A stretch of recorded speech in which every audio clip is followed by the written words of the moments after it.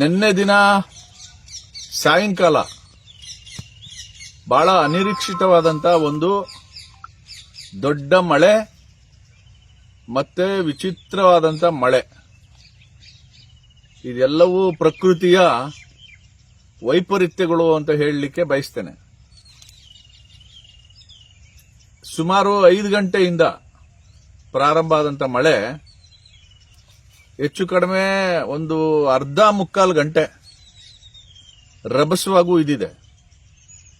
ಎಲ್ಲಿಗೂ ಇದಿದೆ ಅಂದ್ರೆ ಸಂತೆಮರಳ್ಳಿಯ ಸುತ್ತಮುತ್ತ ಮಾತ್ರ ಉಯ್ದಿದೆ ಇದು.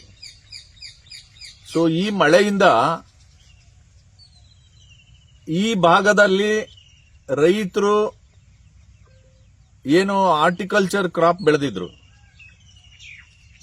ಅದು ಟೊಮೊಟೊ ಇರ್ಬೋದು,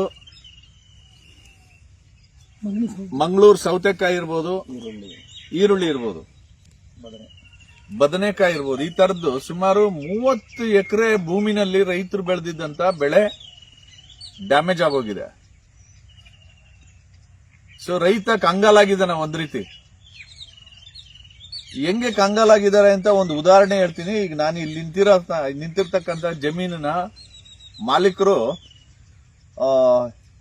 ಬಸವರಾಜ್ ಅಂತ 2 ಎಕರೆ ಭೂಮಿನಲ್ಲಿ ಟೊಮೊಟೊ ಬೆಳೆದಿದ್ದಾರೆ. ಟೊಮೊಟೊ ಬೆಳೆದು ಅದು ಹಣ್ಣಾಗಿ ಕೈಗೆ ಬಂದು ನಾನು 1ಕ್ಕೆ 2 ಲಾಭ ಮಾಡ್ಕೋತೀನಿ ಅನ್ನುವಂತಹ ಒಂದು ಕನಸು ಕಟ್ಕೊಂಡಿದ್ರು. ಈಗ ಈ 2 ಎಕರೆ ಭೂಮಿನಲ್ಲಿ ಟೊಮೊಟೊ ಬೆಳೆದಿದ್ದಾರಲ್ಲ, ಇವರು ಹೆಚ್ಚು ಕಡಿಮೆ 1.5 ಲಕ್ಷ ರೂಪಾಯಿ ಖರ್ಚು ಮಾಡಿದ್ದಾರೆ.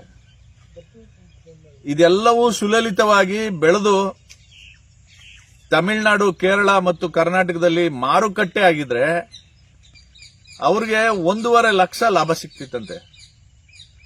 ಸೊ ಇವತ್ತು 1.5 ಲಕ್ಷ ಖರ್ಚು ಮಾಡಿ ರೈತ ಕೈ ಚೆಲ್ಲಿ ಹಣೆ ಮೇಲೆ ಕೈ ಇಟ್ಟುಕೊಂಡು ಕೂತ್ಕೊಳ್ಳುವಂತ ಸ್ಥಿತಿ ಆಗಿದೆ.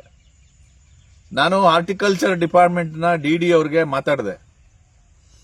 ಅವ್ರು ಏನ್ ಹೇಳ್ತಾರೆ ಅಂತಂದ್ರೆ, ನೀರಾವರಿನಲ್ಲಿ ಬೆಳೆದಿರ್ತಕ್ಕಂಥ ಈ ಬೆಳೆಗಳಿಗೆ NDRF ಗೈಡ್ಲೈನ್ಸ್ ಪ್ರಕಾರ 13,600 ರೂಪಾಯಿ ಕೊಡ್ತಾರೆ.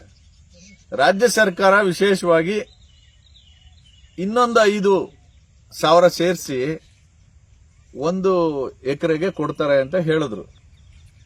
ನನಗೆ ಆಶ್ಚರ್ಯ ಏನಂದ್ರೆ, ಇವ್ರು ಖರ್ಚು ಮಾಡಿರೋದು 1.5 ಲಕ್ಷ. ಆದ್ರೆ ಸರ್ಕಾರ ಪರಿಹಾರ ಕೊಡೋದು 13ರಿಂದ 20,000ದವರೆಗೆ. ಇನ್ನು 1,30,000 ರೈತನಿಗೆ ಸಾಲ ಆಗ್ತದೆ. ಹೇಗೆ ತೀರಿಸಬೇಕು ಇವನು ಸಾಲನ ಅಂತ. ಸೊ ಇಂಥ ದುಸ್ಥಿತಿನಲ್ಲಿ ಇವತ್ತು ಸಂತೆಮರಳ್ಳಿ ಭಾಗದ ಈ 30 ಎಕರೆನಲ್ಲಿ ಬೆಳೆ ಬೆಳೆದಿರ್ತಕ್ಕಂಥ ಸುಭಾಷ್ ಅವರು ಇರ್ಬೋದು, ಬಸವರಾಜ್ ಅವರು ಇರ್ಬೋದು, ಅಥವಾ ಮಹೇಶ್ ಅವರು ಇರ್ಬೋದು, ಇತ್ಯಾದಿ ರೈತರು ಇವತ್ತು ಕಂಗಾಲಾಗಿ ಕೂತಿದ್ದಾರೆ. ನಾನು ಸನ್ಮಾನ್ಯ ಮುಖ್ಯಮಂತ್ರಿಗಳಿಗೆ ಮನವಿ ಮಾಡೋದೇನು ಅಂತಂದ್ರೆ, ದಯಮಾಡಿ ಈ ತರ ಅಕಾಲಿಕ ಅನಾಹುತಕ್ಕೆ ರೈತರನ್ನ ಹೊಣೆ ಮಾಡೋದು ಬೇಡ.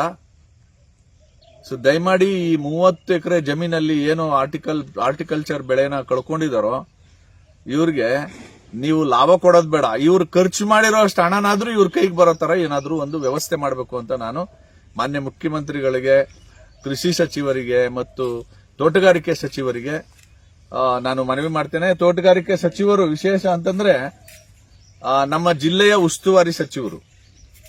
ಸೊ ವಿಶೇಷವಾಗಿ ಮುಖ್ಯಮಂತ್ರಿಗಳ ಹತ್ರ ಮಾತಾಡಿ ಇವ್ರು ಎಷ್ಟು ಖರ್ಚು ಮಾಡಿದ್ದಾರೆ ಅದನ್ನ ಲೆಕ್ಕಾಚಾರ ಮಾಡಿ ಅಷ್ಟು ಹಣವನ್ನ ಅವ್ರಿಗೆ ತಲುಪಿಸಿದ್ರೆ ಅವರು ಸಾಲದಿಂದ ಬಿಡುಗಡೆ ಆಗ್ತಾರೆ. ದಯಮಾಡಿ ಮಾನ್ಯ ವೆಂಕಟೇಶ್ ಅವರು, ಹಾರ್ಟಿಕಲ್ಚರ್ ಮಿನಿಸ್ಟ್ರು, ಈ ರೀತಿ ಒತ್ತಾಯವನ್ನ ರೈತರ ಪರವಾಗಿ ಮುಖ್ಯಮಂತ್ರಿಗಳ ಮುಂದೆ, ಸರ್ಕಾರದ ಮುಂದೆ ಮಾಡಬೇಕು ಅಂತ ಹೇಳಿ ನಾನು ರೈತರ ಪರವಾಗಿ ಒತ್ತಾಯ ಮಾಡ್ತೇನೆ.